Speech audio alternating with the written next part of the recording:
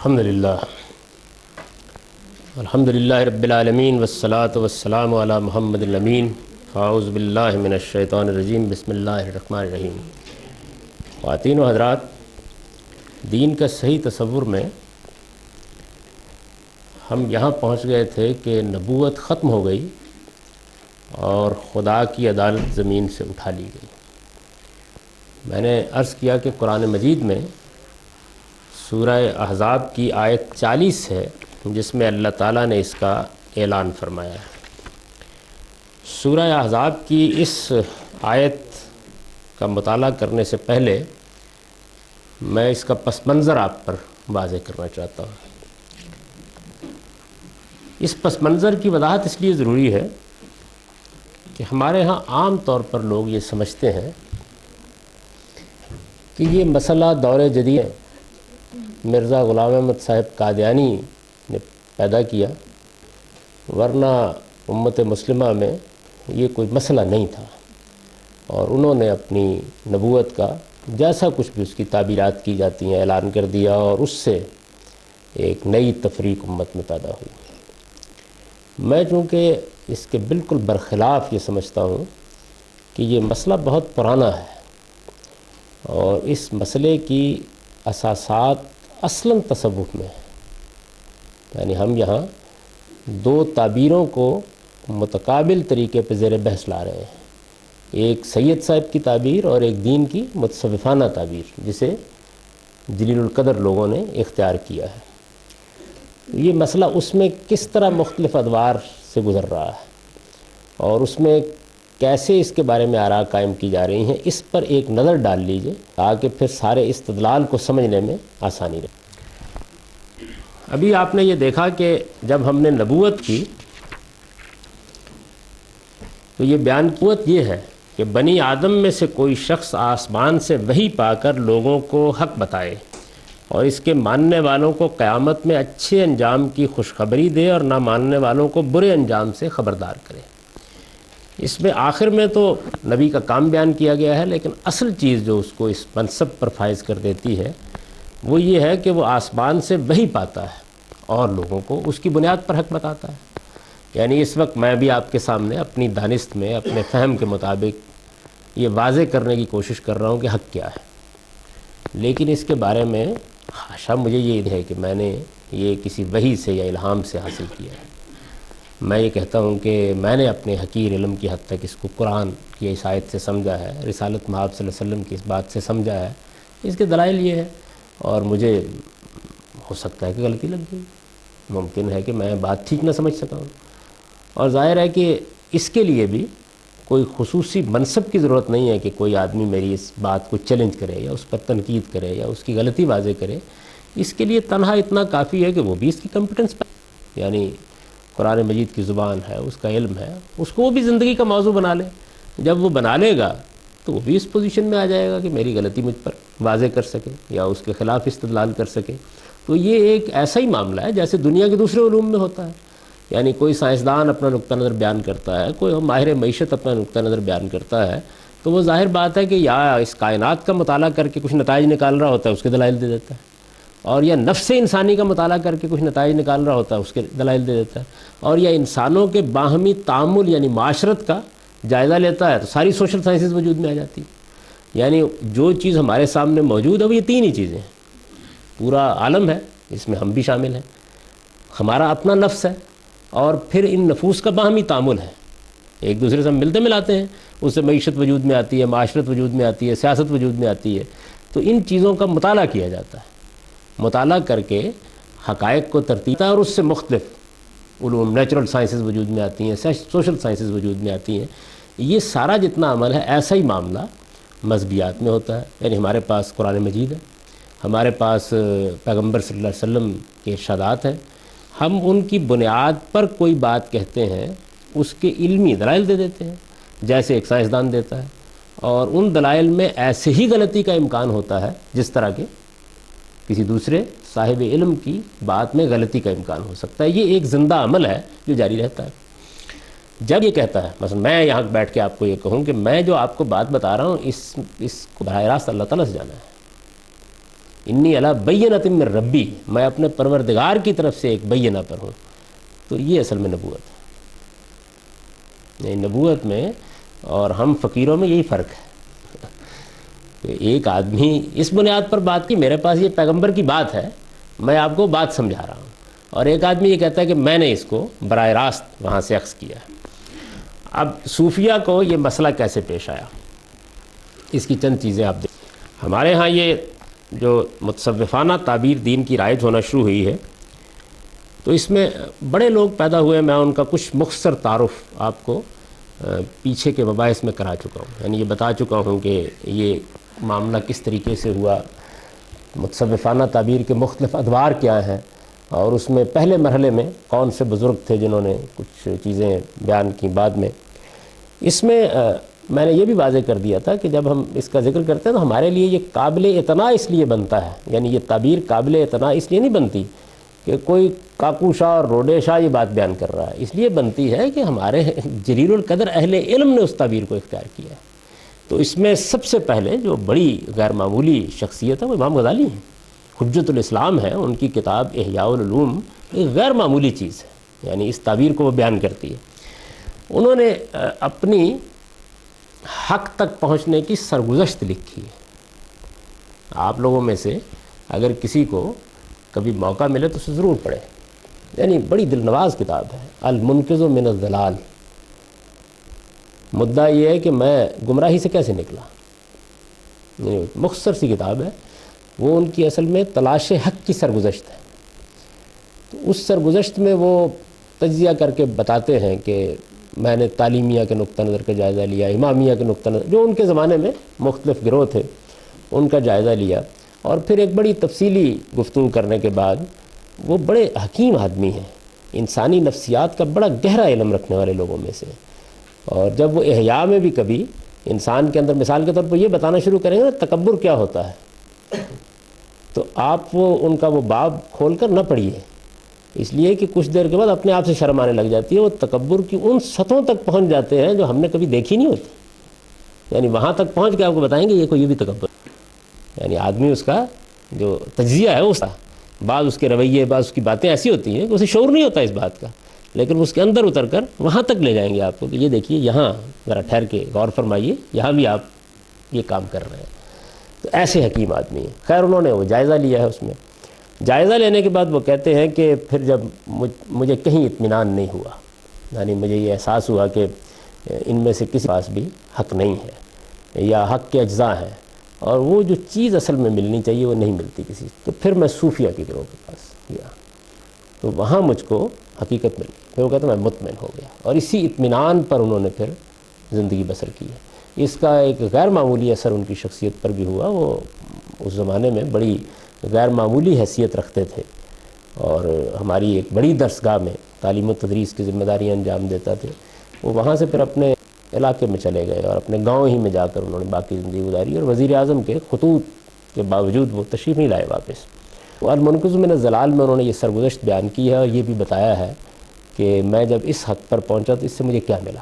تو دیکھیے اس میں جو کہتے ہیں یہ المنقذ من الضلال مختصر سی کتاب ہے، اس کا اقتباس ہے، من اول الطریقۃ تبتدی المکاشفات والمشاہدات حتی انہم فی یقظتہم یشاہدون الملائکہ وارواح الانبیاء ویسمعون منہم اصواتا ویقتبسون منہم فوائد۔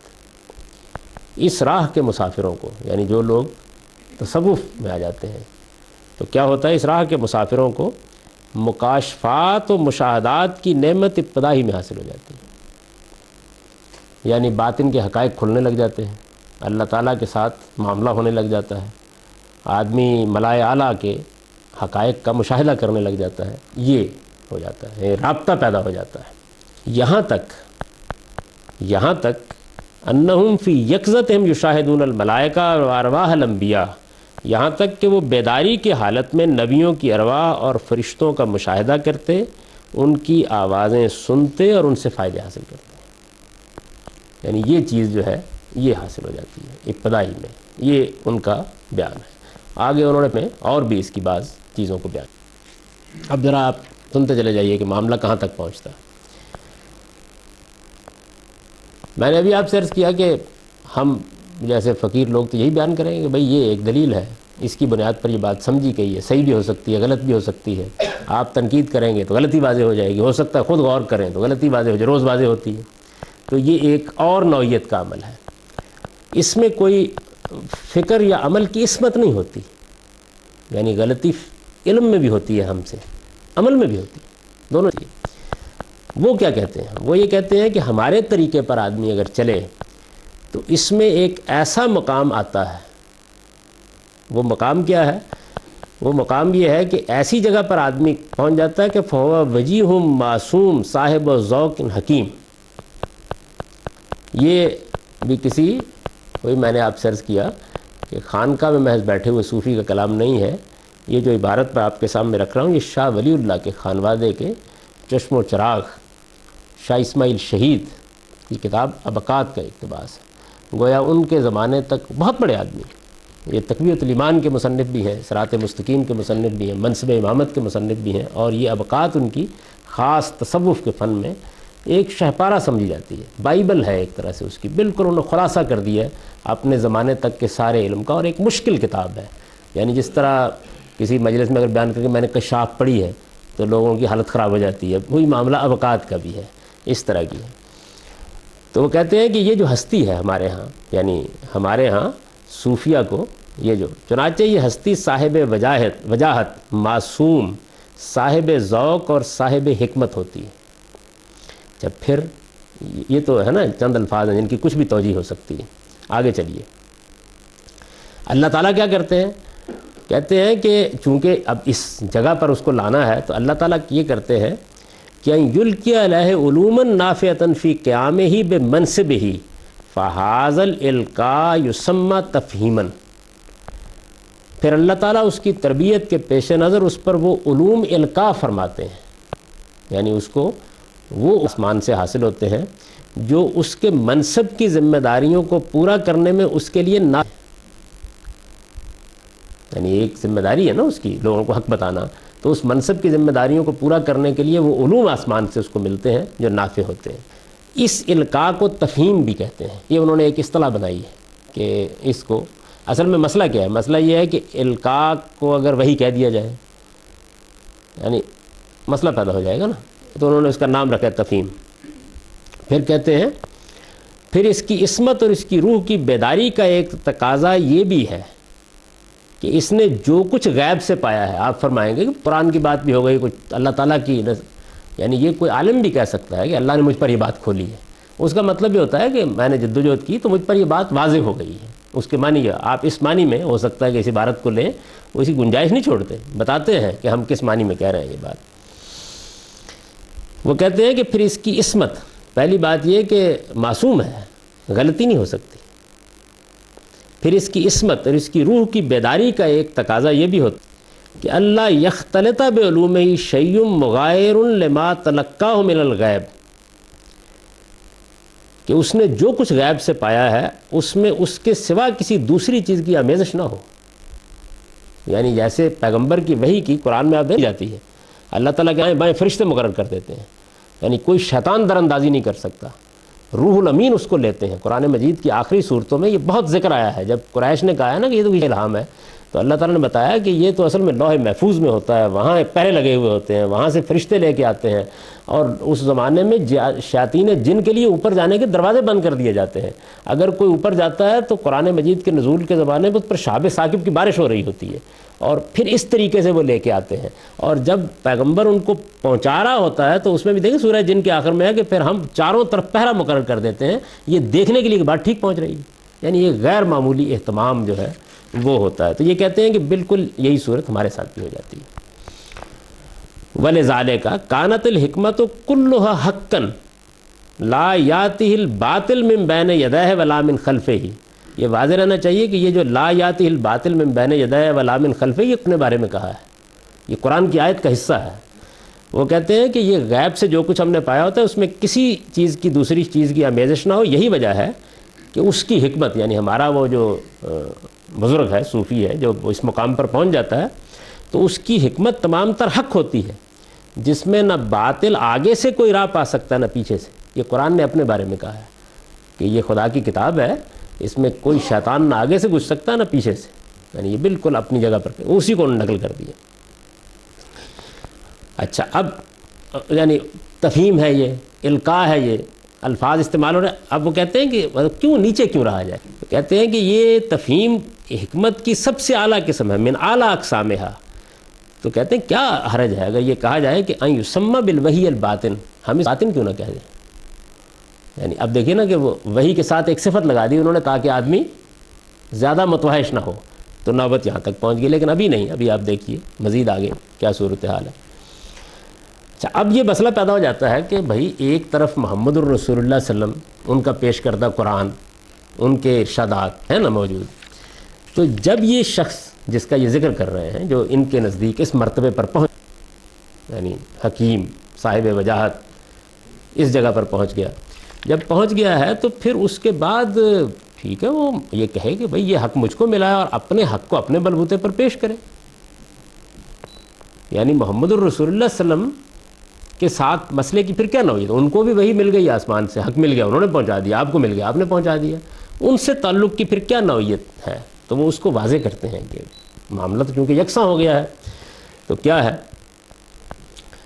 کہتے ہیں کہ یہ جو حکیم اس کا نام رکھا ہے انہوں نے، یعنی اس منصب کا نام، فالحکیم لوجاہت ہی و عصمت انہ باسطن لحضیرت القدس شانہ شان الملائے الاعلیٰ یتلقى العلوم من حیث یتلقون لا یقلد احدا فی علومہ اللہم الا ان یسمى موافقتہ لصاحب الشرع تقلیدا لکونہ مامورا من الغیب بموافقتہ و تائیدہ۔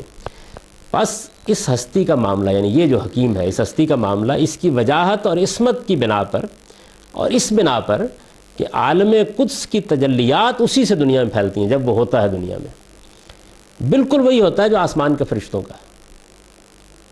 یعنی آپ نبی کے پاس بھی فرشتہ آتا ہے، بالکل وہی ہوتا ہے جو آسمان کے فرشتوں کا ہے۔ یہ اپنے علوم، یعنی یہ جو ہمارے کہتے ہیں کہ متصوفین ہیں جو حکمت حکیم کے مقام پر پہنچ جاتے ہیں، یہ اپنے علوم وہیں سے حاصل کرتے ہیں جہاں سے وہ حاصل کرتے ہیں۔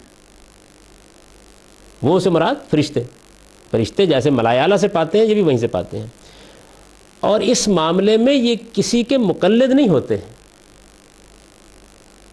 یعنی یہ پیغمبر کے مقلد نہیں ہوتے، کسی اور کے بھی نہیں ہوتے۔ اچھا ہاں، البتہ صاحبیت نبی کی تائید و موافقت کے لیے، یعنی صاحب شریعت نبی ہے نا رسول اللہ صلی اللہ علیہ وسلم، تو اب یہ بھی حکیم کے منصب پر فائز ہو گئے، ان کو بھی انہوں نے وہیں سے پا لیا جہاں سے فرشتے پاتے ہیں، تو اب صاحب شریعت نبی کی تائید و موافقت کے لیے یہ پابند ہوتے ہیں۔ کیوں؟ اس لیے نہیں کہ قرآن میں یہ بات بیان کی گئی، اس لیے نہیں کہ یہ پیغمبر کے منصب کا تقاضا ہے، اس لیے کیونکہ یہ غیب سے حکم دیا جاتا ہے کہ کرو، یعنی وہ بھی وہیں سے حکم دیا جاتا ہے کہ اپنے زمانے کے نبی کی تائید اور موافقت کرنا۔ اس وجہ سے کوئی شخص اگر اس تائید اور موافقت کو اس نبی کی تقلید کہنا چاہے تو کہہ سکتا ہے، یعنی یہ جو کہتے ہیں محتاج نہیں ہوتے، وہ پا وہیں سے لیتے ہیں۔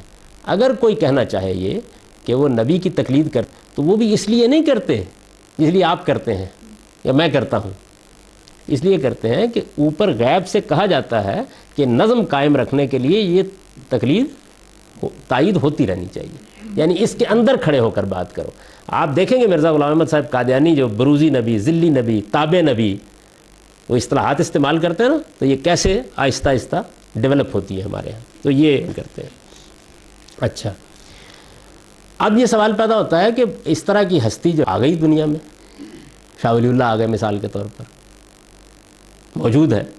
موجود ہے تو پھر کیا کیا جائے؟ یعنی مطلب یہ ہے کہ اگر وہ مثلاً کہیں کہ قرآن کی اس آیت کا مطلب کیا ہے، یہ ہے، یعنی ایسے ہی بیٹھ کے درس و تدریس کی ذمہ داری انجام دے رہے ہوں یا کوئی کتاب لکھ رہے ہوں، یہ کہیں گے یہ مدعا ہے دین کا، تو آپ کیا کہیں گے؟ یعنی کہہ سکتے ہیں ان کو کہ آپ کی بات غلط ہو سکتی ہے؟ نہیں، کیا عام حالات میں تو کہتے ہیں نا، وہ کہتے ہیں وَإِنَّ الْحَقِّ يَدُورُ مَعَهُ حَيْثُ دَارَ، اور حق جہاں یہ ہستی گھومتی ہے اس کے ساتھ ہی گھومتا رہتا ہے، یعنی اگر وہ یہ موقف اختیار کرے گی تو وہی حق ہوگا، اور اس موقف کے ساتھ یہ موقف اختیار کرے گی تو وہی حق ہوگا، حق وہ ہوگا۔ کیوں؟ وَذَلِكَ لِعِصْمَتِهِ، یعنی یہ کہتے ہیں یہ اس وجہ سے ہوگا کہ یہ ہستی جو ہوتی ہے اس سے غلطی کا صدور نہیں ہو سکتا۔ اچھا، وہی التحاق ملائے لالا، اور اوپر سے رابطہ ہوتا ہے اس کا، تو غلطی تو نہیں ہو سکتی نا پھر اس کا۔ اگر رابطہ میرا اور آپ کا بھی ہو جائے تو کوئی امکان نہیں، تحقیق کریں گے، پوچھ لیں گے کہ جی کیا معاملہ ہے۔ اچھا، کہتے ہیں کہ فَلَيْسَ الْحَقُّ إِلَّا مَا سَطَعَ مِنْ صَدْرِهِ، چنانچہ حق اس کے زمانے میں وہی قرار پاتا ہے جو اس کے سینے سے نمایاں ہوتا ہے، کسر نہیں چھوڑیں گے وہ۔ فَالْحَقُّ تَابِعٌ لَهُ لَا مَتْبُوعٌ، حق اس کے تابع ہوتا ہے، وہ حق کے تابع نہیں ہوتی۔ یعنی یہ پیغمبر کا درجہ ہے نا۔ اگر آپ میں اس جگہ یہ رکھ دوں ساری بات کہ پیغمبر وہ ہستی ہے جو خدا سے الہام پاتی ہے، اس کی بات کو چیلنج نہیں کیا جا سکتا، اس کو عصمت حاصل ہوتی ہے، خدا کرتا ہے، کہہ سکتا ہوں نا، حق وہی ہوتا ہے۔ جیسے ہم نے اس کتاب کی ابتدا کی یہاں سے کہ دین کی تنہا حجت محمد الرسول اللہ ہے، اب قیامت تک حق وہی ہے جس کو وہ حق قرار دے، یہی مقام ہے نا پیغمبر کا، تو یہ آپ نے سن لیا۔ اچھا، اب اس کے بعد یہ دیکھیے کہ ظاہر ہے کہ جس طرح نبی کے امتی ہیں، نبی کو ماننے والے ہیں، تو جو شیخ ہوگا یا حکیم یا اس منصب کا جو صوفی ہے، تو اس کے ساتھ بھی تو ارادت رکھنے والے مرید ہوں گے، تو مریدوں کے لیے شیخ کی حیثیت کیا ہے؟ اس کو ایک اور جلیل القدر صوفی ہیں، یہ محمد بن شہاب سہروردی، سہروردیہ سلسلہ کے بانی ہیں، ان کی کتاب عوارف المعارف ہے، اور یہ بغداد میں صوفیہ کے شیخ تھے اپنے زمانے میں۔ آپ 632 میں ان کی وفات ہوئی ہے، 632 ہجری میں، یعنی قدیم لوگوں میں سے۔ تو یہ اپنی کتاب عوارف المعارف میں، یہ تصوف کی بڑی کتابوں میں سے لکھتے ہیں کہ فالشیخ للمریدین امین الالہام کما ان جبریل امین الوحی، شیخ اپنے مریدوں کے لیے اسی طرح الہام کا امین ہوتا ہے جس طرح جبریل امین وحی ہے۔ یہ زیادہ بہتر آدمی ہے، یعنی کوئی زیادہ توضیح کی۔ اچھا، اب فکما لا یخون جبریل فی الوحی لا یخون الشیخ فی الالہام، پھر جس طرح جبریل وحی میں خیانت نہیں کرتا، جو ملتی ہے اوپر سے تو ٹھیک لا کے دے دیتا ہے نا۔ جبریل امین وحی میں قرآن نے بیان کیا ہے متعین سما امین، جبریل امین کی یہ صفت بیان کی ہے قرآن نے کہ وہاں ان کو بڑا درجہ حاصل ہے، اور وہ جب وحی لاتے ہیں تو اس میں ادنا درجے کی خیانت نہیں کرتے، پوری کرا دیتے ہیں اس کو۔ تو یہ کہتے ہیں کہ آپ حیران ہو رہے ہوں گے، رسالت کا منصب بہت ادھر رہ گیا ہے، یعنی بات بہت اوپر چلی گئی ہے۔ لا یخون جبریل فی الوحی کما فیکون جبریل فی الوحی لا یخون الشیخ فی الالہام، جس طرح جبریل وحی میں کوئی خیانت نہیں کرتے، اسی طرح شیخ الہام میں خیانت نہیں کرتے۔ وکما، ذرا دل تھام کے سنیے، وکما ان رسول اللہ صلی اللہ علیہ وسلم لا ینطق عن الہویٰ، قرآن میں حضور کے بارے میں سورہ نجم میں کہا گیا نا لا ینطق عن الہویٰ، اپنی خواہش نفس سے نہیں بولتے، یہ قرآن وہی ہے، ان ہوا الا وحی یوحیٰ۔ کہتے ہیں جس طرح نبی صلی اللہ علیہ وسلم اپنے نفس کی خواہش سے کوئی چیز پیش نہیں کرتے، فالشیخ مقتدن برسول اللہ صلی اللہ علیہ وسلم ظاہراً و باطناً، اسی طرح شیخ بھی اب یہ دیکھیں محتاط الفاظ، اسی طرح شیخ بھی باطن و ظاہر میں حضوری کی پیروی کرتا ہے، وہ بھی اپنے نفس کی خواہش سے نہیں بولتا۔ لا یتکلم بہوی النفس، تو بھئی اب کوئی یعنی کس مقام پر پہنچ گئے ہیں آپ حضرات یہ۔ اب آپ کہتے ہیں جی کہ رسالت میں آپ صلی اللہ علیہ وسلم کو اللہ تعالیٰ نے یہ اطمینان دلانے کے لیے، یہ پیغمبر نے ظاہر ہے کہ اس جگہ کھڑے ہو کے بات کرنی ہے کہ میں آسمان سے وہی پا کر بول رہا ہوں، تو اللہ تعالیٰ نے ان کو کچھ مشاہدات کروائے، قرآن میں اس کا ذکر آتا ہے، اور ملائے اعلیٰ کو کھولا ان کے اوپر، اور اللہ تعالیٰ نے ان کو وہ رویا دکھائی جس کے ذریعے سے گویا پورے ملکوت کا مشاہدہ ان کو کرایا ہے نا، یہ آتا ہے۔ تو اس کے بارے میں اب قوت القلوب بھی تصوف کتابوں میں سے ہے، بامی تصوف کے بڑے شیوخ میں سے ہے، اور صاحب قوت القلوب جو ہے وہ یعنی ایک ماخذ کی حیثیت رکھتے ہیں اس علم میں۔ تو انہوں نے باجد بستامی کے بارے میں بیان، ایک اپنے بڑے یعنی اسی منصب کے حامل بڑے آدمی کے بارے میں بیان کیا ہے کہ ان کو اللہ تعالیٰ اعتماد بخشنے کے لیے کیا کرایا۔ وہ کہتے ہیں کہ ادخلنی فی الفلک الاسفل، اللہ تعالیٰ نے اٹھایا یہاں سے اور مجھے وہ فلک اسفل میں لے گئے، نیچے والے آسمان میں لے گئے، اور پھر انہوں نے مجھے نیچے والے سارے ملکوت کی سیر کرائی۔ اس طرح مجھے ساری زمینیں، ایک تو آپ کی زمین ہے نا، ساری زمینیں اور پاتال تک دکھائی، وما تحت الی الثری، یہ تصور نے جو عید تھی نا، پرانے زمانے کا جو علم تھا زمین کا، کائنات کا، جو بطلی موسی عہد تھی یونانیوں نے، تو اس کے اندر نیچے زمین تو ہوا میں نہیں اٹکی تھی نا، نیچے تو پاتال تھی، ایک نیچے بھی ایک تھا، تو کہتے ہیں وہاں تک دکھایا مجھے۔ اچھا، بعد پھر مجھے اوپر کے آسمان میں لے گئے، فطوف بی فی السماوات، اور مجھے سارے آسمان دکھائے، وارانی ما فیہا من الجنان، اور ان میں بہشت کے باغوں سے لے کر الی العرش، عرش تک جو کچھ ہے وہ سب کا مشاہدہ کرایا. ثم اوقفنی بین یدی، اس کے بعد مجھے اپنے سامنے کھڑا کیا اللہ تعالیٰ نے. فقال لی، اور اس آخری مقام پر کھڑا کر کے کہا کہ مانگو جو کچھ مانگتے ہو. اور مانگو جو کچھ مانگتے ہو کی حد کیا ہے؟ رأیت حتی اہبہ لک، جو کچھ تم نے دیکھا ہے سیر کرانے میں، اس میں سے جو لینا لے لو. یعنی خدا کا شکر ہے کہ ہم بچ گئے اس میں نہیں دیا ہوگا اللہ تعالیٰ نے. تو یہ جناب یعنی آپ اب دیکھیے کہ نبوت کیا چیز ہے.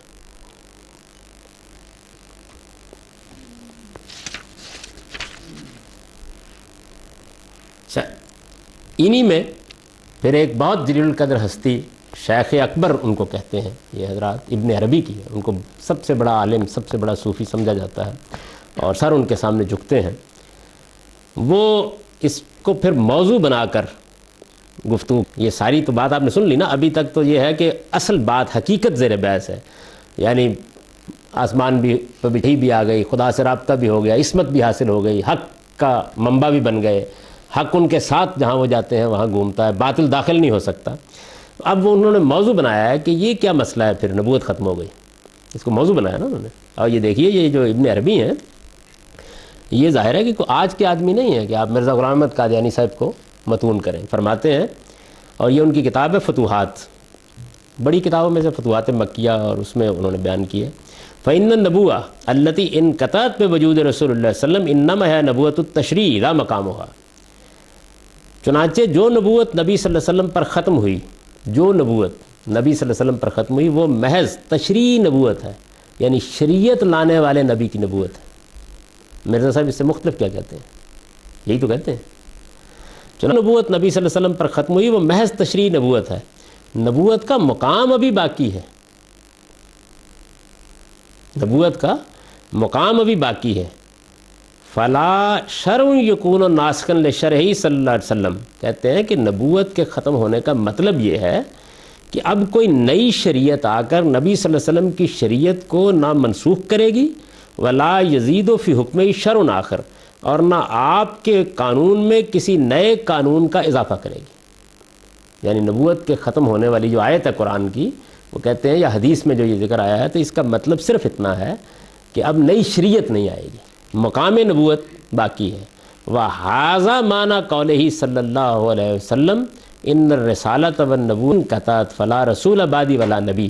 ایک حدیث کو پھر انہوں نے بتایا، کہتے ہیں یہ مطلب ہے اس حدیث کا جس میں حضور نے یہ کہا ہے کہ نبوت اور رسالت دونوں ختم ہو گئی ہیں، میرے بعد اب نہ کوئی رسول آئے گا اور نہ کوئی نبی آئے گا.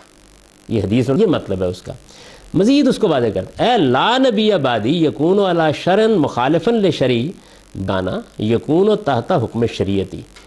یعنی حضور کی اس بات کا مطلب یہ تھا کہ میرے بعد کوئی ایسا نبی نہیں ہوگا جس کی شریعت میری شریعت کے خلاف ہو، بلکہ وہ جب ہوگا تو میری ہی شریعت کا پیرو ہوگا. بین ہی یہی بات کہتے ہیں مرزا غلام صاحب کا، کوئی یعنی اس معاملے میں ادنا درجے کا بھی اگلا قدم نہیں رکھا انہوں نے. یہی بات کہتے ہیں کہ شریعت میں وہی لے کے آیا ہوں، وہی شریعت ہے جس کی مجھ کو پیروی کا حکم دیا گیا.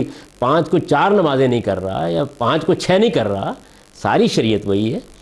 اچھا، شیخ احمد سرہندی جن کو وہ اقبال میں حاضر ہوا میں شیخ مجدد کی لحد پر، یہ وہی شیخ ہے جن کے اوپر نقشبندیہ سلسلہ یہاں اپنے کمال کو پہنچا ہے، اور جن کو الف ثانی کا مجدد کہا جائے، دوسرے 1000 سال کا.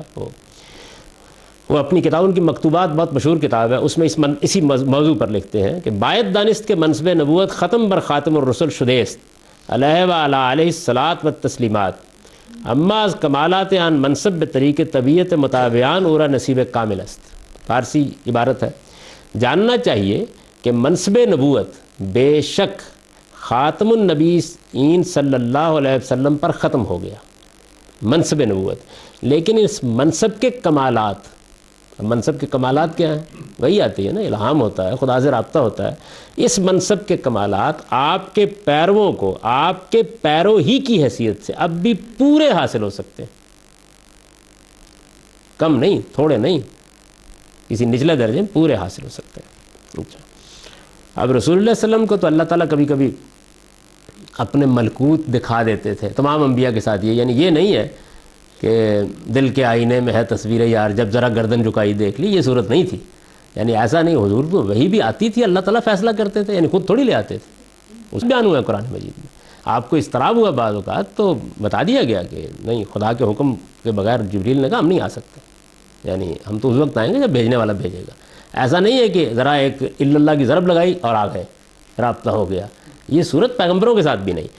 لیکن یہاں یہ کہتے ہیں کہ ہمارا جو ہوتا ہے معاملہ، ایک دن معراج کا واقعہ آپ بیان کرتے ہیں، رسول اللہ صلی اللہ علیہ وسلم کو ایک بار پیش آ گیا، کیا صورت تھی کیا نہیں، بڑا اس کی فضیلت بیان کی جاتی ہے۔ حال دیکھیے یہاں ان کے بزرگوں کا، یہ جو مقام حکمت پر اور اس پر فائز ہوتے ہیں، کہتے ہیں کہ اس کشاری ہیں یہ، یعنی اس رسالہ کشاریہ بھی تصوف کی امہات میں سے ہے۔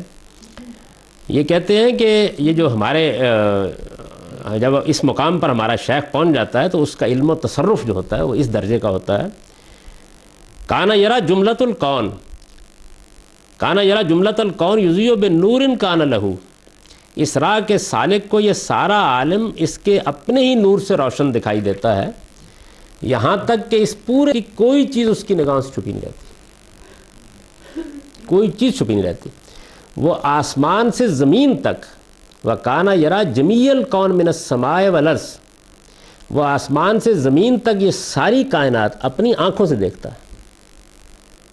یہ آنکھیں تشریح کے ولیکن بقلبی، وہ اندرونی آنکھیں ہوتی ہیں، اس سے دیکھتا ہے۔ اچھا، اب اس میں پھر جو مناصب ہیں، فرد ہوتا ہے، آپ نے قطب الحق ہوتے ہیں، غوث ہوتے ہیں، مختلف مناصب ہیں نا پھر، تو اس کے بھی ایک اور تصوف کے بڑے سے جن کتاب الانصار الکامل ہے عبد الکریم الجیلی، وہ کہتے ہیں کہ ہمارے ہاں ان لوگوں کا مقام یہ ہوتا ہے کہ ان افراد و اقطاب میں سے کل واحد من الافراد والاقطاب لہ التصرف فی الجمیع المملکۃ الوجودیہ، ہر ایک کو اس پوری مملکت وجود میں، بینگ جتنی بھی ہے، اس میں تصرف حاصل ہوتا ہے۔ وَيَعْلَمُ كُلَّ وَاحِدٍ مِّنْهُمْ مَخْلَ اللَّيْلِ وَالنَّهَارِ فَضْلًا عَنْ لُغَاتِ الطَّيُورِ، پرندوں کی بولیاں تو کیا، رات اور دن میں جو کھٹکا بھی ہوتا ہے وہ اس سے بھی واقف ہوتے ہیں۔ وقت قال شبلی رحمہ اللہ تعالیٰ، ہمارے ایک بڑے بزرگ شبلی جن کا ذکر ہے جنید شبلی، یہ وہ شبلی نہیں ہے ہمارے بزرگوں والے، پرانے شبلی ہیں، تصوف کے بڑے شیوخ میں سے، کہتے ہیں کہ انہوں نے ایک مرتبہ جب وہ جوش میں آئے اور انہوں نے اپنا مقام بیان کیا تو انہوں نے کہا کہ عربی کا جملہ بہت خوبصورت ہے، لو دب سودا علی صخرۃ سما فی لیلۃ ظلماء ولم اسمع لقلت انی مخدوع و ممکور بی، اگر کوئی کالی چونٹی بھی اندھیری رات میں کسی سخت پتھر پر چلتی، کالی چونٹی اندھیری رات میں کسی جگہ دنیا میں، کائنات میں سخت پتھر پر چلتی اور میں اس کی آواز نہ سنتا، تو میں یہی کہتا کہ پھر میرے مقام پر فائز کر کے مجھے فریب دیا گیا ہے۔ بات ہے نا بھائی، آپ حضرات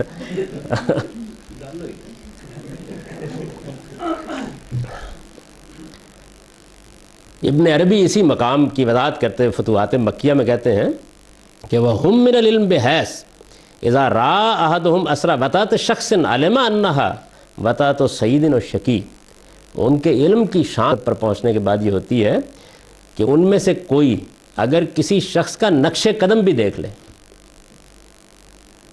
غالب نے تو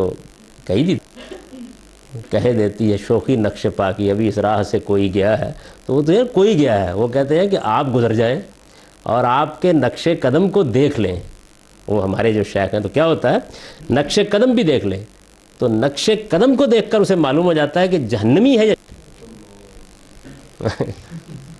یہ مقام ہے۔ یہ مقام ایسا لگ رہا ہے جیسے اللہ کا کوئی فرینڈ ہے، نبوت سے آگے چلا گیا، خدا کے ساتھ۔ میں وہی تو عرض کر رہا ہوں کہ مسئلہ تو جو ہے نا نبوت سے شروع ہوا تھا، آپ دیکھیں پہنچا ہے۔ اچھا جناب آگے دیکھیے،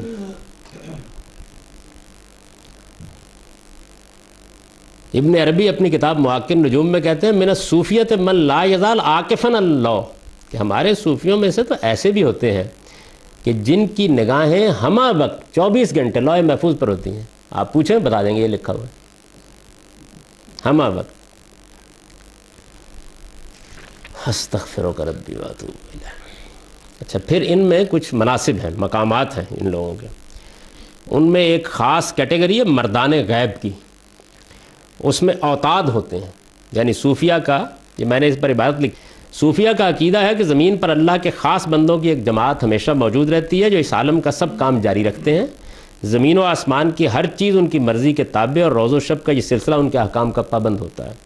اللہ کے یہ بڑی حیثیت سے عام لوگوں کی نگاہوں سے اوجھل ہوتے ہیں، اس وجہ سے انہیں مردان غیب، اولیاء مکتوم یا رجال الغیب کہا جاتا ہے. قطب ان کا امام ہوتا ہے، اسے قطب الارشاد، غوث اور قائم الزمان بھی کہا جاتا ہے. یہ جو غوث العظم بولتے ہیں نا، سب سے بڑا غوث، یہ ان کا خاص منصب ہے. آتا ہے 2 وزیر ہوتے ہیں جو امام کہلاتے ہیں. ان کے بعد اوتاد کا منصب ہے جو بعض کے نزدیک 4 اور بعض 7 ہیں. ابن عربی کا بیان میں سے ایک کے ساتھ جس کا نام ابن جادون تھا، شہر فاس میں ان کی ملاقات ہوئی تھی. خود ابن عربی کا دعویٰ ہے کہ وہ قطب کے مقام پر فائز تھے. ہندوستان کے صوفیہ میں سے شیخ احمد سرہندی بھی دعویٰ کرتے ہیں کہ رسول اللہ صلی اللہ علیہ وسلم کی طرف سے انہیں قطب الارشاد کا خلعت عطا ہوا. ابن عربی کے نزدیک سب سے آخری درجہ ختم کا ہے، جس پر اولیاء امت کے یہ سب مناصب ختم ہو جاتے ہیں. وہ اپنے لیے اس دعویٰ کرتے ہیں. ابدال، نقبار، نجبا وغیرہ کے مناصب ان کے نیچے ہیں. اس باب کی تفصیلات اگر کوئی شخص دیکھنا چاہے تو ابن عربی کی فتوحات مکیہ، ابو طالب مکی کی قوت القلوب، علی حجویری کی کشف المحجوب، یہ جو آپ کے داتا صاحب ہیں، اور الجیلی کے انسان الکامل میں دیکھ سکتا ہے. ان میں بڑی تفصیل سے یہ سارے مناصب بیان ہوئے. تو اس منصب پر، اس میں اوتاد ذرا نیچے ہے، ابھی اوپر کے تو کیا کہنے ہیں.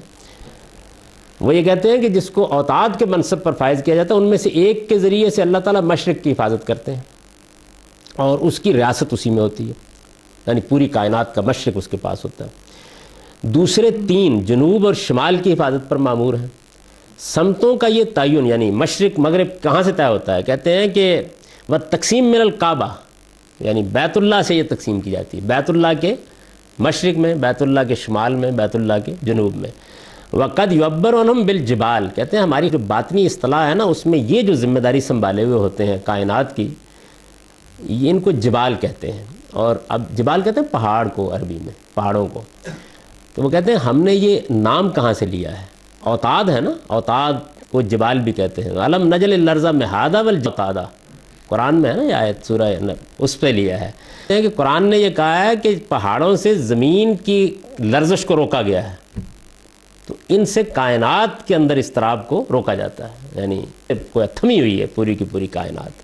کذالک حکم ہؤلاء فی العالم حکم الجبال فی الارض، یہ مرتبہ ہوتا ہے. شاہ ولی اللہ دہلوی جو ہیں، انہوں نے اپنی کتاب فیوز الحرمین میں اپنے مقامات بیان کیے. یہ تو ہے نا بزرگوں کے مقامات دوسرے بیان کر رہے تھے، انہوں نے اپنے مقامات بیان کیے. وہ کہتے ہیں کہ رایتنی فی المنام قائم الزمان،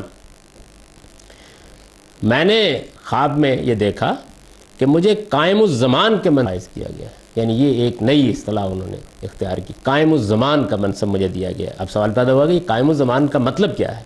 وہ کہتے ہیں آنی بذالک ان اللہ اذا اراد شیئا من نظام الخیر جعلنی کالجارحہ لاتمام مرادہ. اس سے میری مراد یہ ہے کہ جب اللہ نے نظام میں کسی چیز کا ارادہ کریں گے تو اپنے مقصد کو پورا کرنے کے لیے اعلیٰ کار مجھے بنائیں گے. یعنی اگر مثال کے طور پر انیس صاحب کو لڑکا دینا ہے تو یہ کام اللہ تعالیٰ براہ راست نہیں کریں گے، شاہ ولی اللہ سے کہیں گے نہیں. میں مطلب میں کو مذاق نہیں کر رہا ہوں، کیا انہوں نے اپنے نظام خیر میں کسی چیز کا ارادہ، آپ کا مطلب میں انیسہ سے مذاق کر رہا ہوں.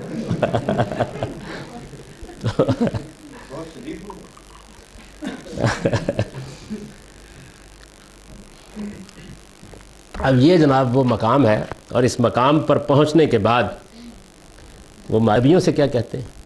یعنی آپ تو نبوت کا رونا رو رہے تھے، ختم ہو گئی ہے، یہ باقی ہے. ایک بہت جلیل القدر امام العصر ان کو کہتے تھے، عبد القادر. فتوحات مکیہ میں شیخ ابن عربی نے ان کا یہ قول نقل کیا ہے. وہ کہتے ہیں معاشر الانبیاء اوتیتم اللقب و اوتینا ما لم توتو. نبیو تمہیں صرف نبی کا لقب دیا گیا ہے، جو کچھ ہمیں دیا گیا تم اس سے محروم ہی رہے ہو.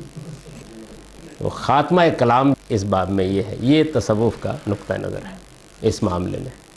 بڑے بڑے لوگوں نے اس کا مطلب سارا جھوٹ کا پلندہ ہی بولتے رہے، کیا ان کو شیطان نے کہا کر یہ آپ کو کیسے پتہ چلا؟ ہو سکتا ہے سچ ہو.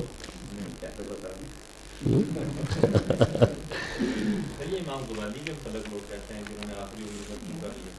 جی کہاں ہے وہ رجوع؟ ان سے کہیے گا ذرا دکھائیں.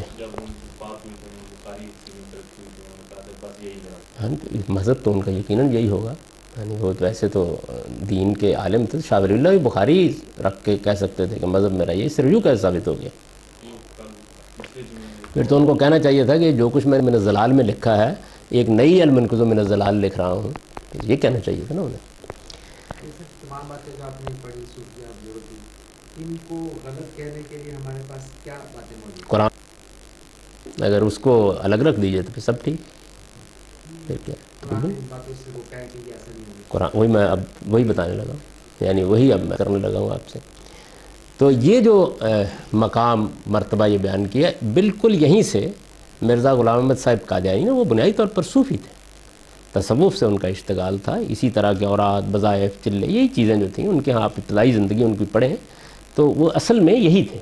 اسی میں انہی چیزوں کو وہ بیان بھی کرتے ہیں، اپنی کتابوں میں لکھتے بھی ہیں.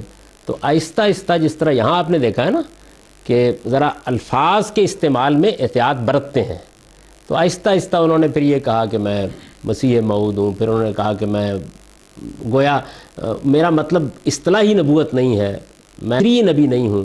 پھر میں بروزی نبی ہوں، میں ذلی نبی ہوں. بروزی کا مطلب یہ ہے کہ بس جیسے نبوت کا مجھ پر ایک سایہ پڑ رہا ہے یا نبوت کا ایک پرتو میرے اندر آ گیا ہے. اس طرح کی بہت سی باتیں انہوں نے فرمائیں. اور پھر آہستہ آہستہ انہوں نے یعنی دبے دبے الفاظ میں ایسی باتیں بھی کہیں کہ جن سے یہ معلوم ہوا گویا وہ نہیں گئے ہیں اس زمانے کے. لیکن میں آپ سے عرض کروں کہ خود مرزا غلام احمد صاحب قادیانی کی جو تحریریں ہیں جتنی بھی ہیں ان میں بصراحت نبوت کے دعوے کی کوئی تحریر نہیں. یعنی اسی طرح کی باتیں ہیں. یہ اصل میں اسی وجہ سے جیسے ہی وہ دنیا سے رخصت ہوئے تو خود ان کے یہ باتیں ایسی تھیں. یعنی ان کی آپ براہین احمدیہ جو ہے وہ پڑھی ہوئی ہے ہماری لائبریری میں، ساری جلدیں اس کی اور سب ان کی جتنے بھی ہیں روحانی خزائن کے نام سے وہ سب چھپی ہوئی ہیں. ان کو آپ پڑھیں جب تو آپ کو یہ معلوم ہوا کہ ایسی باتیں ہیں. یعنی انہوں نے بہت دلائل دیے اس بات کے کہ نبوت جو ہے وہ اس کا مطلب یہ ہے اور الہام جاری رہنا چاہیے اور وہی جاری رہنا چاہیے. یہ خدا کی نعمت ہے، اس سے محروم کیسے ہو گئے؟ بنی اسرائیل میں تو سب لوگوں کو ہوتا تھا، محمد الرسول اللہ کی امت کر دی گئی. اس طرح کے عقلی دلائل انہوں نے دیے. پھر الہام، وہی، یعنی خدا سے رابطہ، اس کو اسی طرح کی تعبیروں میں بیان کیا انہوں نے تمام صوفیانہ تعبیرات میں. زندگی بھر کرتے رہے. اور پھر کسی موقع پر نبی کا لفظ استعمال کیا تو انہوں نے کہا کہ میرا مطلب یہ ہے، میرا مطلب جیسے یہ بیان کرتے ہیں میری مراد یہ ہے، میرا مطلب یہ ہے. تو یہ وہ بیان ختم نبوت کو بھی انہوں نے کہا کہ میں اس کا قائل ہوں لیکن میرا مطلب یہ ہے. حضور کی ختم نبوت سے مراد یہ ہے. یعنی یہ وہ اپنے زمانے میں بیان کرتے رہے. میں سمجھتا ہوں کہ یہ تحریریں جتنی واضح ہیں اس کے مقابلے میں ان کی اتنی واضح نہیں ہیں. تو یہی وجہ ہے کہ ان کے دنیا سے رخصت ہونے کے بعد یعنی دو گروہ ہو گئے. اور ان کے جو قدیم ترین صحابہ تھے ان کی اصطلاح کے مطابق انہوں نے تو یہ کہا کہ ایسا نہیں تھا، وہ مجدد تھے. یہ جو لاہوری جماعت ہے وہ اسی تعبیر پر وجود میں آئی. اور مرزا بشیر الدین صاحب محمود جو ان کے فرزند تھے انہوں نے اصل میں اس کو زیادہ صریح کیا اور یہ کہا کہ نہیں یہ باقاعدہ، یعنی ورنہ معاملہ ٹھیک ہو جاتا، اتنا ہی رہتا جتنا صوفیوں کا ہے. انہوں نے اس کو پھر اس منتہائے کمال تک پہنچا دیا جہاں پہ توضیح نہ رہی. پھر وہ تو اپنی ہی نبوت کی بات کرتے تھے. بعد میں پھر جب بحثہ بحثی ہوئی، مناظرے ہوئے تو پھر یہ ہوگا کہ نہیں نبوت کا دروازہ چوپٹ کھلا ہوا ہے، کل اور بھی آ جائیں گے. یعنی معاملہ پھر ذرا مزید آگے بڑھ گیا. آپ نے تحریر تو بشیر الدین محمود ہوئی، کہنا تو یہی چاہیے. یعنی یہ صورتحال جو ہے یہ رہی. ان کے جو ابتدائی لوگ ہیں، یہ جو لاہوری جماعت کے جتنے لوگ ہیں وہ ان کے پھر ہیں، معمولی لوگ نہیں ہیں. اور پہلا خلافت کا جو جہاں تک ان کے پہلے خلیفہ کا تعلق ہے حکیم نور الدین صاحب کے معاملے میں تو کوئی زیادہ اختلاف نہیں پیدا ہوا. لیکن ان کے بعد جب خلافت کا معاملہ ہوا تو یہ بحث ساری سامنے آ گئی. اس کے نتیجے میں حکیم نور الدین صاحب کے زمانے میں بھی صورتحال یہ نہیں تھی اس طرح کی. یعنی صورتحال ایسی تھی جیسے میں نے آپ کو سنائی ہے جس طرح کی. اور زیادہ سے زیادہ جو بات وہ کہتے تھے وہ اسی طرح کی بات تھی جیسے ابن عربی نے کہہ دی. یعنی دیانتداری کے ساتھ، اگر آپ الزام لگانے کے لیے نہ کریں. یہ موجود ہے، یعنی مجھے ابھی تک اس کی حسرت ہے کہ وہ واضح عبارت کون سے دکھائی جائے. آپ دیکھیے کہ اس میں الیاس برنی کی کتاب سب سے اعلیٰ کتاب ہے مرزا صاحب کے پورے اس میں قادیانی مذہب، پوری پڑھ جائیے. اچھا پھر اس کے بعد ہمارے اپنے زمانے میں ابو الحسن علی ندوی جیسے جلیل نے قادیانیت کے نام سے کتاب لکھی ہے، اس میں بھی آپ پوری کی پوری پڑھ جائیے. یعنی وہ عبارتیں اس سے زیادہ تعویل کو قبول کر لیتی ہیں جیسے میں نے صوفیہ کی پڑھی، جو ان کی عبارتیں اس طرح کا واضح معاملہ جو ہے وہ نہیں ہے جیسا کہ سمجھا جاتا ہے، وہ زیادہ تر بشیر الدین محمود صاحب کیا ہوگا۔ آپ اس کی نفی کرنا چاہیں تو مجھے خوشی ہوگی، کیونکہ آپ کا تو یہ خاص موضوع رہا ہے۔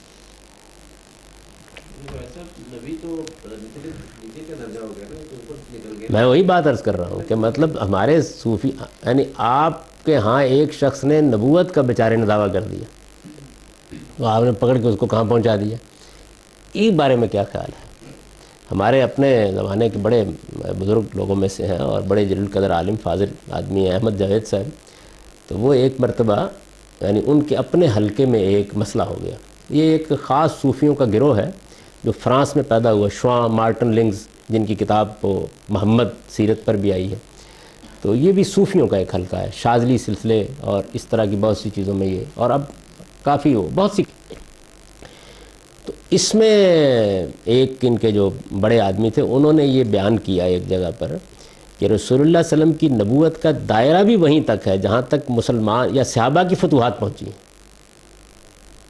یہ انہوں نے بیان کیا۔ تو باقی جو اس کے باہر کے علاقے ہیں ان میں لوگ اگر چاہیں اپنی مرضی سے تو آپ کی نبوت کو مان لیں، اور نہ چاہیں تو اپنے زمانے کے نبی پر قائم رہیں، یہ انہوں نے مقدمہ بیان کیا۔ تو اس پر انہوں نے کہا کہ یہ تو بالکل کفر ہے، ان لوگوں سے برات ظاہر کرنی چاہیے احمد جاوید صاحب نے۔ تو میرے پاس تشریف لائے یہ مقدمہ اپنے ہی ایک، کیونکہ ان سے میری بھی بہت دوستی تھی بزرگوں سے، تو انہوں نے یہ بیان کیا۔ تو میں نے کہا کہ یہ ٹھیک ہے، لیکن یہ کہ آپ تو صوفی آدمی ہیں، تو یہ بیچارے جو جن کا یہ آپ مقدمہ بیان کر رہے ہیں، یہ تنہا اگر تو مجرم قرار دینا ہے تو میں اس سے برات ظاہر کرتا ہوں، اور اگر سب کو قرار دینا ہے تو پھر یہ سب کو قرار دے دیں، یعنی ایک ہی وقت میں فیصلہ کیا جائے نا۔ ان کے بارے میں تو آپ کچھ فرمانے کے لیے تیار نہیں ہیں، لیکن یہ کہ وہ موجودہ زمانے کا بیچارہ ایک آدمی کچھ کہہ بیٹھا ہے، سب کو ایک ہی لاٹھی سے ہانکیے۔ یعنی اگر نبوت کا منصب یا اس کے کمالات کا دعویٰ کرنا یہ ایک جرم ہے، تو پھر یہ جرم وہ ہے کہ در شہر شما نیز کنند، یہ کوئی ایک نہیں ہے جس نے کیا ہے، تصوف کی پوری تعبیر اسی پر کھڑی ہے، سب یہ بیان کرتے ہیں۔ البتہ یہ ہے کہ احتیاط ذرا زیادہ ہے، اور میرا کہنا مرزا صاحب نے بھی کچھ زیادہ بے احتیاطی نہیں برتی تھی، یعنی ان کے ہاں بھی معاملہ اتنا غیر محتاط نہیں تھا، یہ مرزا بشیر الدین صاحب محمود نے اس کو زیادہ غیر محتاط کیا۔ وہ کشمیر کمیٹی بنی، اس میں کچھ سیاسی مسائل پیدا ہو گئے، اور اس کا جو نتیجہ نکلا وہ یہ کہ بات بڑھتی چلی گئی، اور پھر علامہ اقبال نے خاص طور پر جب یہ مضمون لکھا ہے احمدیت والا، اس کے رد عمل میں بھی بہت سی چیزیں مزید سری ہوتی چلی، وہ ایک اپنی جگہ داستان ہے، اس وقت میرا موضوع نہیں ہے وہ، یہ یعنی پس منظر۔ اس میں ان اصطلاحات کو آپ سمجھ سکتے ہیں جو مرزا صاحب اپنے لیے کہتے ہیں، بروزی نبی، ذلی نبی، تابع نبی، غیر تشریعی نبی، یہ اصطلاحات استعمال کرتے ہیں نا وہ، یہ اصل میں یہی اصطلاح اس میں اس پس منظر میں سمجھ سکتے ہیں۔ جیسے صوفیوں نے اس کو بیان کیا نا، تو انہوں نے نئی تعبیریں اس کو دی اس نوعیت کی۔ صوفیہ حضرات جو ہیں انہوں نے اس میں پھر کمالات ثابت کرنے ہیں، تو اب انہوں نے یہ بیان کیا کہ یہ جو ہم مناسب بیان کرتے ہیں، یہ اس کے لیے ہم ایک نئی اصطلاح، دیکھیے وہ بچ کیسے جاتے ہیں، یہ اولیاء کا مقام ہے۔ اب جیسے ہماری بہن نے سوال کیا ہے کہ اولیاء تو بڑا ہو گیا نا، پھر تو رسول اللہ صلی اللہ علیہ وسلم کہاں رہ گئے؟ تو وہ یہ کہتے ہیں کہ اصل میں رسول اللہ صلی اللہ علیہ وسلم کا ایک حیثیت تو نبی کی تھی، ایک ولی کی تھی، تو ولی والی حیثیت میں وہ ادھر ہی ہے، اور نبی والی حیثیت میں تم لوگ جیسے کہ ان کو دیکھ رہے ہو وہ ہو گیا۔ لیکن ابن عربی بھی اٹھا دیا، انہوں نے کہا کہ نبوت ان پر ختم ہوگی، ولایت مجھ پر ختم ہوگی۔ وہ اپنے آپ کو ختم کہتے ہیں، یہ میں نے ابھی ان کا اقتباس آپ کو سنایا، وہ کہتے ہیں کہ نبوت ان پر ختم ہوئی، ولایت مجھ پر ختم ہو گئی، یعنی آخر ختم تو کسی نہ کسی پر ہونا ہی ہے۔ میری غلام قادیانی کی طرف سے یہ بات منسوخ کیا درست ہے؟ تو یہ بھی کہتے تھے کہ میری یہ حیثیت اگر کوئی نہیں مانتا تو اس کا ایمان نہ ہو۔ تو بات اصل میں یہ ہے کہ غیر محتاط تعبیریں ہیں نا، یہ بھی کہہ رہے ہیں کہ حق ہمارے ساتھ ہے، ہمارے زمانے میں حق و باطل کا فیصلہ اس بنیاد پر ہوگا، اگر کوئی آدمی اس کو نہیں مانتا اس حق کو تو وہ گویا باطل پر کھڑا ہے، کہتے ہیں نا، یہ بھی تعبیریں محتاط ہیں، اس کو ایمان سے اس کے ایمان کی نفی کر دیتے ہیں۔ اصل میں مسئلہ تو صرف ایک تعبیر اصطلاح کے استعمال کرنے کا نا، یہ قانونی ہو جاتا ہے، یہ قانونی نہیں ہوتا، یعنی لا یاتی الباطل من بین یدیہ ولا من خلفہ، اسے قانونی نہیں ہوتا۔ نہیں شاہ ولی اللہ تو بات وہی ہوئی نا بھائی کہ غلط تعبیر میں بے احتیاطی ہو گئی، یعنی آپ کے نزدیک اگر مسئلہ ذرا قانونی زبان میں بیان ہو جائے تو پھر قابل گرفت ہو جاتا ہے۔ مسئلے کو حقیقت میں دیکھنا چاہیے۔ مرزا صاحب نے ایسی کوئی بات اگر کہی کسی موقع کے اوپر تو پھر اس کی بھی توضیح کر دی کہ اس سے مراد کیا ہے۔ مثلا جب ان سے یہ پوچھا گیا کہ موجودہ مسلمانوں کے بارے میں آپ کی کیا رائے ہے، تو دیکھیے انہوں نے کیا جوابات دیے۔ وہ اپنے آپ کو کشتی نو بھی کہتے ہیں نا، وہ اس کشتی نو میں اگر بیٹھے گا تو یہ بھی کہتے ہیں، دیکھیے نا، پھر یہ ایک بڑی خوبصورت تعبیر ہے کشتی نو کی یعنی تعبیریں ہی ہیں نا بھائی۔ تو میرا کہنے کا مطلب یہ ہے کہ یہ تعبیرات ہیں، جن تعبیرات میں کہیں تھوڑی سی، یہ جو کچھ میں نے آپ کو پڑھ کر سنایا ہے، یعنی یہ کوئی غیر محتاط چیزیں نہیں ہیں آپ کے خیال میں؟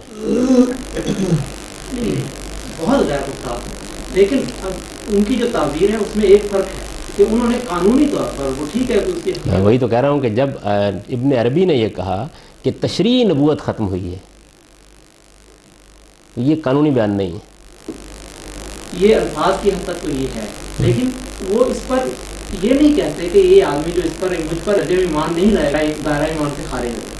یہ کسی صوفی میں اس طریقے یہ جو دائرہ ایمان سے خارج ہو جائے گا کہ الفاظ بتائیے کہ خود مرزا صاحب نے کیا توجیہ کی ہے؟ تو وہ اگر نہیں مانتا تو وہ مسلمان ہی نہیں ہے، وہ جہنمی ہے۔ یہ بتائیے، ان کے الفاظ میں بتائیے، وہ الفاظ نکالیے اور بتائیے، بڑی خوبصورت توجیہ کی ہے انہوں نے۔